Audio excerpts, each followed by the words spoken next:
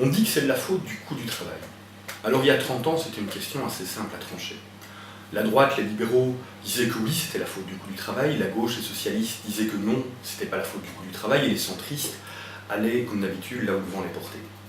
Maintenant, nous avons un Premier ministre socialiste qui dit oui, le coût du travail est trop élevé.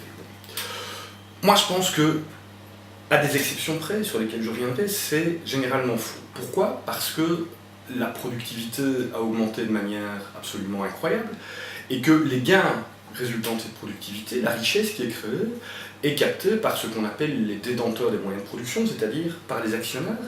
Et cette richesse créée est captée dans une soif qui n'a pas de limite. Et donc comme il n'y a pas de limite, le coût du travail sera toujours trop élevé.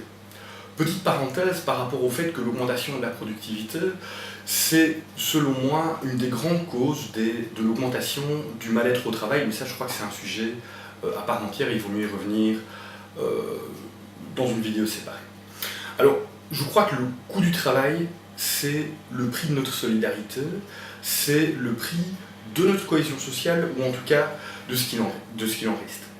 Et donc, s'engager dans le débat de la question du coût du travail, c'est s'engager sur la même pente que, par exemple, les Allemands, qui ont créé de magnifiques emplois à 4, 5, 6, 700 euros par mois.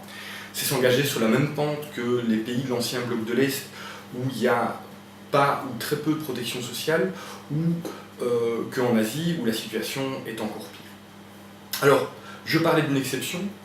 Cette exception, c'est quoi ? C'est le fait que la formule à partir de laquelle on calcule le coût du travail pour un salaire de 100, elle est grosso modo la même, pas grosso modo, elle est tout à fait la même, dans la salle des marchés d'une grande banque d'investissement ou dans une association qui s'occupe d'alphabétisation.